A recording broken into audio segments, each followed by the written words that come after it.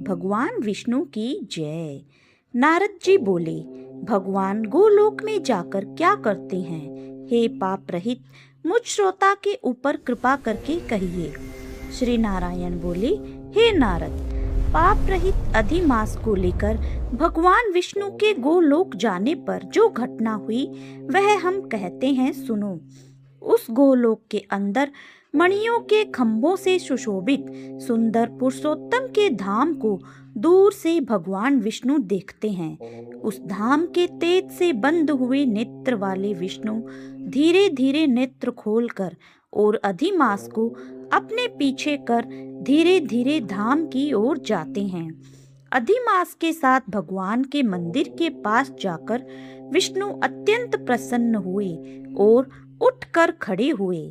द्वारपालों से अभिनंदित भगवान विष्णु पुरुषोत्तम भगवान की शोभा से आनंदित होकर धीरे धीरे मंदिर में गए और भीतर जाकर शीघ्र ही श्री पुरुषोत्तम कृष्ण को नमस्कार करते हैं। गोपियों के मंडल के मध्य रत्नमयी सिंहासन पर बैठे हुए कृष्ण को नमस्कार कर पास में खड़े होकर विष्णु बोले, श्री विष्णु बोले, गुणों से अतीत गोविंद, अद्वितीय अविनाशी, सूक्ष्म विकार रहित विग्रहवान, गोपों के वेश के विधायक, छोटी अवस्था वाले शांत स्वरूप, गोपियों के पति, बड़े सुंदर, नूतन मेघ के समान श्याम, करोड़ों कामदेवों के समान सुंदर, वृंदावन के अंदर रासमंडल में बैठने वाले, पीत रंग के पीतांबर से शोभित, सौम्य, बोहों के चढ़ाने पर मस्तक में 3 रेखा पड़ने से सुंदर आकृति वाले, रास लीला के स्वामी, रास लीला में रहने वाले, रास लीला करने में सदा उत्सुक, 2 भुजा वाले, मुरलीधर, पीत वस्त्रधारी अच्युत, ऐसे भगवान की मैं वंदना करता हूँ। इस प्रकार स्तुति करके भगवान श्री कृष्ण को नमस्कार कर पार्षदों द्वारा सत्कृत भगवान विष्णु रत्न सिंहासन पर कृष्ण की आज्ञा से बैठे। श्री नारायण बोले, यह विष्णु का किया हुआ स्तोत्र प्रातः काल उठकर जो पढ़ता है उसके समस्त पाप नष्ट हो जाते हैं और अनिष्ट स्वप्न भी अच्छे फल को देते हैं और पुत्र पुत्र आदि को बढ़ाने वाली भक्ति श्री गोविंद में होती है। आकीर्ति का नाश होकर सत्कीर्ति की वृद्धि होती है।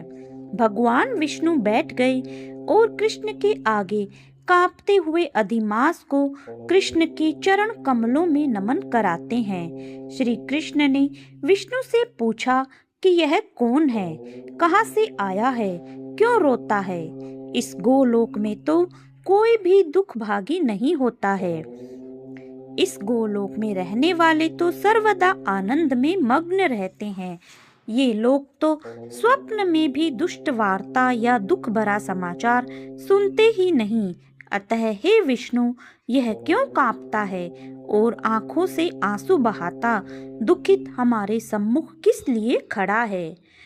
श्री नारायण बोले, नवीन मेघ के समान श्याम सुंदर गोलोक के नाथ का वचन सुन सिंहासन से उठकर महाविष्णु मलमास के संपूर्ण दुख गाथा कहते हुए बोले।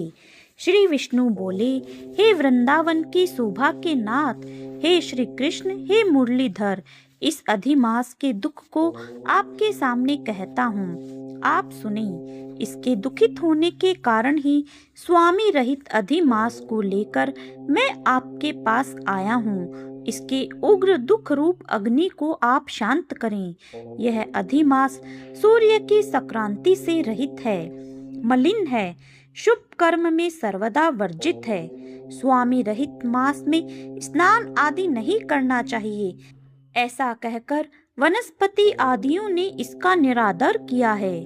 12 मास, कला, क्षण, अयन, संवत्सर आदि सेवेश्वरों ने अपने अपने स्वामी के गर्व से इसका अत्यंत निरादर किया है। इसी दुखाग्नि से जला हुआ यह मरने के लिए तैयार हुआ। तब अन्य दयालु व्यक्तियों द्वारा प्रेरित होकर हे ऋषिकेश, शरण चाहने की इच्छा से हमारे पास आया और कांपते कांपते घड़ी घड़ी रोते रोते अपना सब दुख जाल इसने कहा, इसका यह बड़ा भारी दुख आपके बिना टाले नहीं टल सकता। अतः इस निराशय का हाथ पकड़कर आपकी शरण में लाया हूँ। दूसरों का दुख आप सहन नहीं कर सकते हैं, ऐसा वेद जानने वाले लोग कहते हैं। अतएव इस दुखित को कृपा करके सुख प्रदान कीजिए। आपके चरण कमलों में प्राप्त प्राणी शोक का भागी नहीं होता है, ऐसा वेद जानने वालों का कहना है। कैसे मिथ्या हो सकता है? मेरे ऊपर कृपा करके भी इसका दुख दूर करना आपका कर्तव्य है, क्योंकि सब काम छोड़कर इसको लेकर मैं आया हूँ। मेरा आना सफल कीजिए। बारंबार स्वामी के सामने कभी भी कोई विषय न कहना चाहिए, ऐसी नीति के जानने वाले बड़े बड़े पंडित सर्वदा कहा करते हैं। इस प्रकार अधिमास का सब दुख भगवान श्री कृष्ण से कहकर हरि कृष्ण के मुख कमल की ओर देखते हुए कृष्ण के पास ही हाथ जोड़कर खड़े हो गए। ऋषि लोग बोले, हे सूत जी, आप दाताओं में श्रेष्ठ हैं। आपकी दीर्घायु हो, जिससे हम लोग आपके मुख से भगवान की लीला के कथा रूप अमृत का पान करते रहें। हे सूत जी, गोलोकवासी भगवान कृष्ण ने विष्णु के प्रति फिर क्या कहा और क्या किया इत्यादि लोकोपकारक विष्णु कृष्ण का संवाद सब आप हम लोगों से कहिए। परम भगवत भक्त नारद ने नारायण से क्या पूछा? हे सूत, इसको आप इस समय हम लोगों से कहिए। नारद के प्रति कहा हुआ भगवान का वचन तपस्वियों के लिए परम औषध है।